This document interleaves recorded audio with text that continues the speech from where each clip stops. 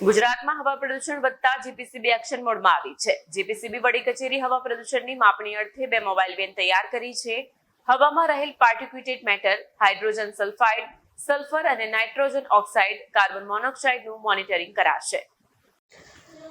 ગુજરાતમાં હવા પ્રદૂષણ વધતા જીપીસીબી એક્શન મોડમાં આવી છે. જીપીસીબી વડી કચેરી હવા પ્રદૂષણની માપણી અર્થે 2 મોબાઈલ વેન તૈયાર કરી છે. સુરતમાં 1 મહિનો ફર્યા બાદ ભરૂચના અંકલેશ્વરમાં આ વેન આવી પહોંચી. 20 દિવસથી મોનિટરિંગ ચાલુ છે. ભરૂચની અંકલેશ્વર જીઆઈડીસી, પાનોલી જીઆઈડીસી અને ઝઘડિયા જીઆઈડીસી બાદ નર્મદા જિલ્લામાં વાન ફરશે.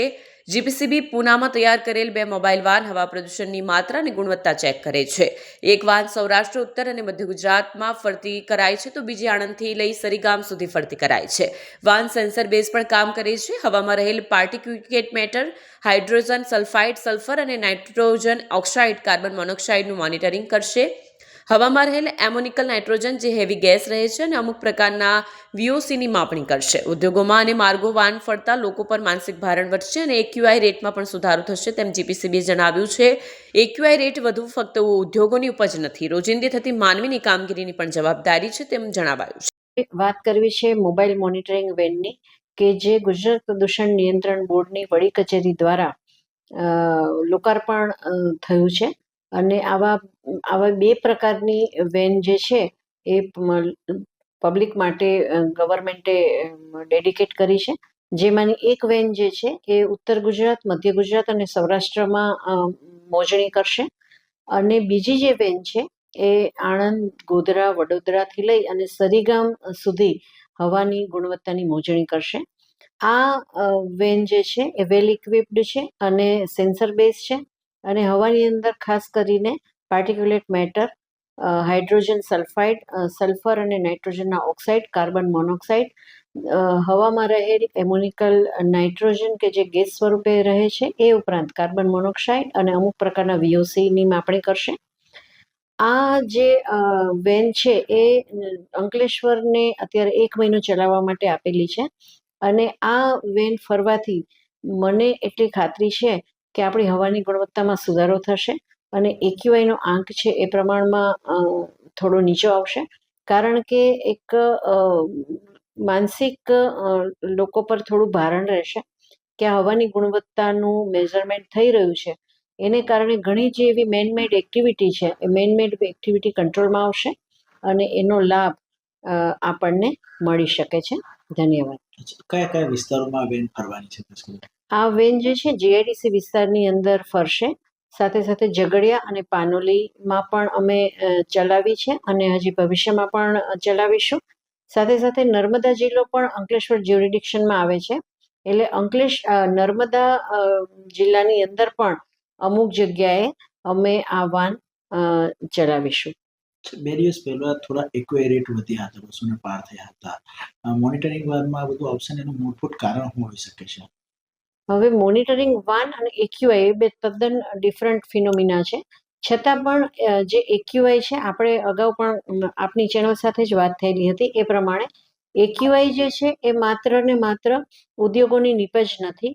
એના ઉપર ઘણા બધા પરિબળો કામ કરે છે. આપણી માનવીય જે પ્રવૃત્તિ છે, જેમ કે અત્યારે શિયાળો છે તો ખુલ્લામાં કંઈ પણ વસ્તુ સળગાવીને તાપણું કરવું, પછી વાહન વ્યવહાર, આજુબાજુ આપણે જીઆઈડીસીની આજુબાજુ જો હાઈવે હોય તો એના કારણે પણ એક્યુઆઈ વધે છે. સાથે સાથે આપણે જ્યારે ક્લિનિંગ કરીએ છીએ, કોઈ પણ ક્લિનિંગ એક્ટિવિટી, ત્યારે જો તમે એ ધૂળને પાણીનો છંટકાવ કર્યા વગર તમે સફાઈ કરશો તો એના કારણે પણ એક્યુઆઈ વધે છે. ઘણી ઇટરનરી એટલે કે ખાવા પીવાની ચીજ વસ્તુઓ જ્યાં બનતી હોય એમાં જે આપણે વઘાર કરીએ છીએ એ પણ એક્યુઆઈને વધારવામાં મદદ કરે છે. તો આવા ઘણા બધા એવા પરિબળો જે છે કે જેની સંયુક્ત અસર જે છે એ એક્યુઆઈ પર થાય છે. એમાં ઉદ્યોગો દ્વારા થતું જે પ્રદૂષણ છે એનો એક ભાગ છે. સંપૂર્ણપણે एक्यूआई જે છે એ ઔદ્યોગિક પ્રદૂષણને रिप्रेजेंट करतो નથી. मेरा नाम अभिषेक जायसवाल है। मैं जीपीसीबी के थ्रू यहाँ पे मॉनिटरिंग करता हूँ। ये जीपीसीबी के मोबाइल वैन है, पोल्यूशन जो कंट्रोल के लिए मॉनिटरिंग करता है।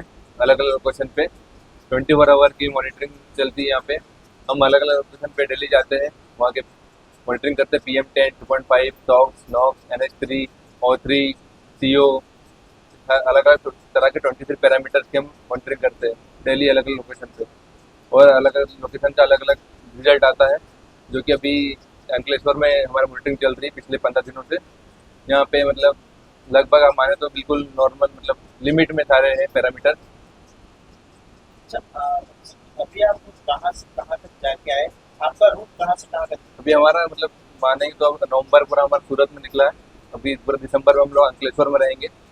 अभी डेली अलग अलग लोकेशन पे हम लोग जा रहे हैं। अभी तक यहाँ पे हम अलग अलग साइट पे अलग कंपनी में जाते हैं डेली।